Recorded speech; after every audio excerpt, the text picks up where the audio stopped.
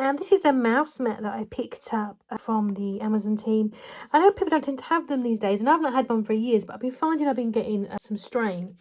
And also my mouse was just going all over the place. You know, it just jumps around, and I just figured it might be my desk being just too smooth. So I thought I'd go for this. And this has got a nice shape to it. It's got this little beveled bit here for where your wrist is going to sit. I'm just going to move there. So this is going to be a nice little bit of real estate to have your mouse there, and a nice bit of support. That's really nice, actually. So yeah, they did them in a ton of colours. I went for the pink because I just thought it was cute.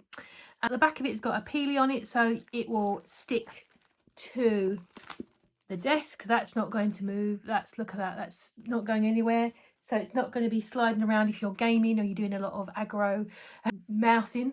So that's really good. It feels really nice quality, nice and thick. This is super spongy. Look at that. Let me show you. It just goes in there. So there's going to be plenty of support. I really like that. That's better than I anticipated it was going to be. So yeah, there's my palm fully stretched. I've got quite big hands for a lady. So that's a nice bit of real estate as well.